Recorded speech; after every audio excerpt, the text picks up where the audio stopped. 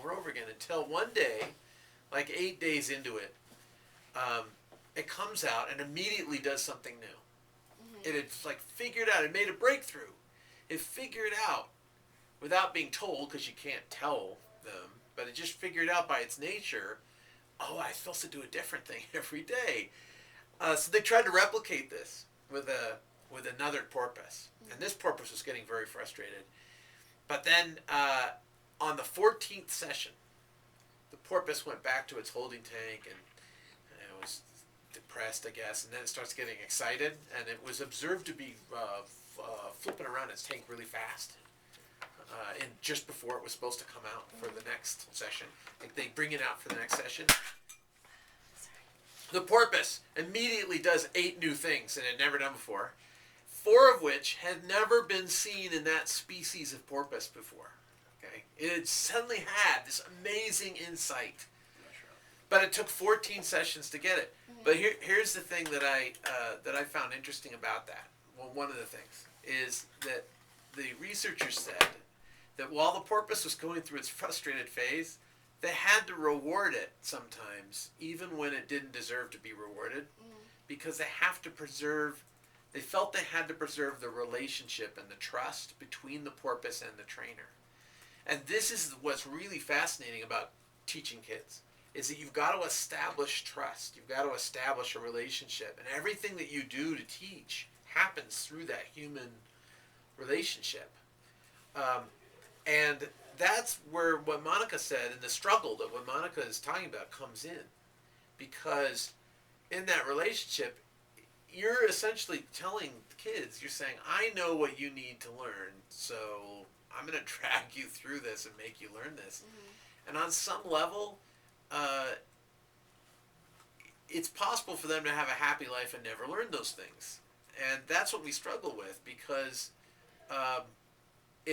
we want to help people learn on their own and take control of their own lives. And at the same time, in our own experiences, we know there's things we're really happy that we learned. Yeah. We're glad that we learned them. And so we think maybe they'll be glad that they learned them too. And it makes us want to say, I don't care what you think. I want to teach you this.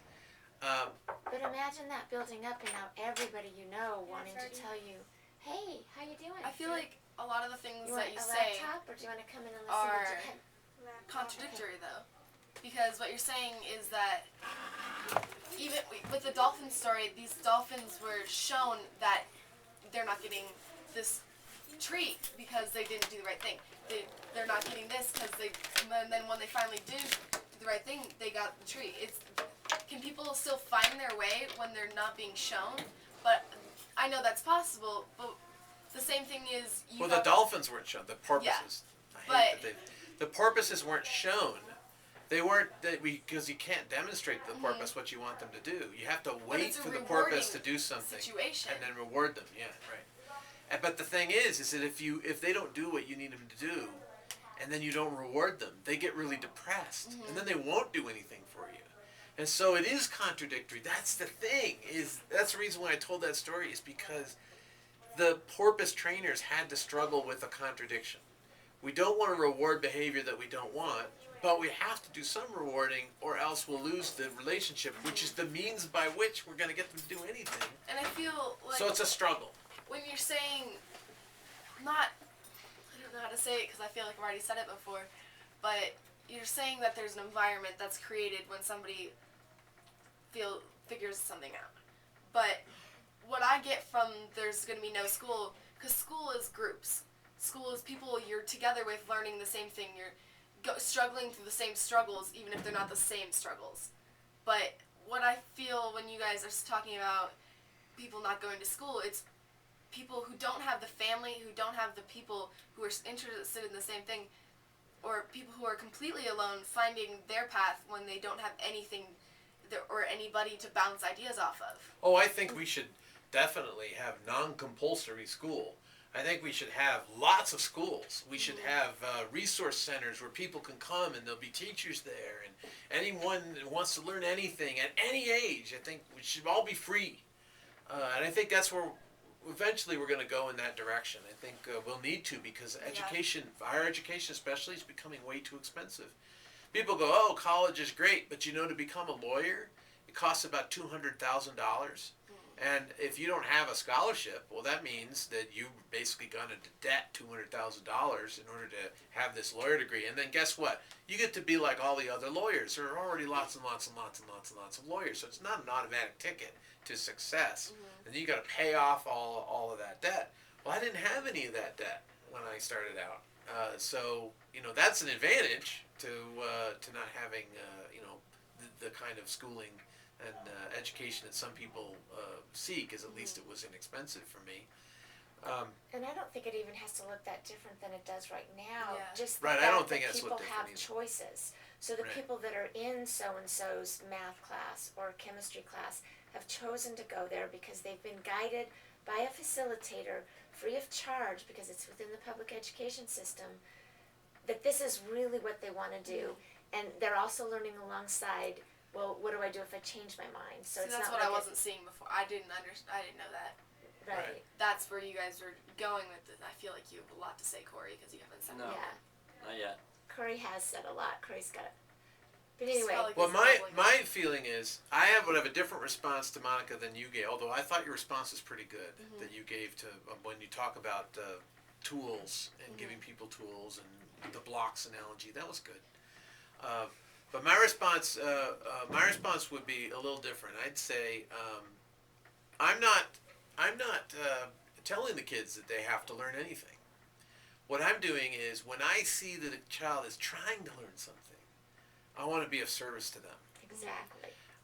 So for me, I don't even bother to help somebody learn anything at all until they show that they want to learn it. So I had to, as a parent, I had to really calm myself down because there are things I wanted my son to want to learn. But see that you're talking about, that's the whole, all of the society right now. They can't trust self-constructed learning enough. Right? They They just don't can't trust. calm They think themselves we're all down going to and do that. become We don't like believe it. A lot drug of us don't addicts. believe it.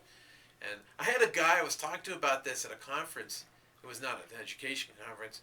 And he said something like, what will happen when your son gets arrested? And I go like, well, that would depend on whether he got arrested for stabbing me or stabbing someone else. Because if it's stabbing me, I'd probably be upset with him about that. But if it was stabbing someone else, it would depend who that person was. And if it was self-defense or not.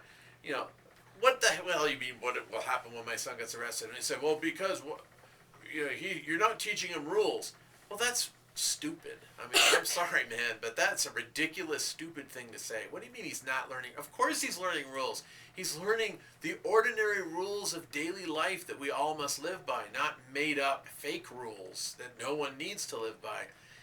My son has learned that if he upsets his mother, then she won't bring him food. And that means that he has to stop playing his video game and go in and make himself some food. So he's got to figure out, what does she need, what does she want, so that she will do the things for him that he wants. This is the So math. that means he's got to bring in wood, and he's got to take the trash out. He's got to do things. That's like the golden scenario. Like, that's what I've been looking for in an answer, because I was just saying that to Amy outside. I was like, in Spanish class, I could never go back to Spanish class because we're learning all these rules and all these things about the grammar, and I don't even know how to find an adjective in a sentence. I couldn't tell you. I couldn't pick out which one's an adjective, but that's because I don't need to know, because I know what orders words go in, because I speak them every day. And I know how to talk to adult people, and know how to talk So you to know what a people preposition is in English? Is that like the? That's an article. That's an article, yeah. But That's an article, that's right. those are things I never So that's bothered not a to think preposition. about. But you can speak English. Exactly. You speak English fine, you communicate fine, even though you don't know what a preposition is. A preposition, you know what? You need to know what a preposition is. If you're a grammarian, Yeah. if you're going to be a copy editor, a professional copy editor, you probably need to know the definition of the word preposition. But if you're not, you could be a professional writer, and I am, without knowing for sure what a preposition is. So maybe we're given too many tools. Is that what we're Well, saying? Sometimes I you're given think tools it for all- problems you don't have to Yeah. solve. You It don't all need to comes solve. down to trust. And do we trust each other, number one?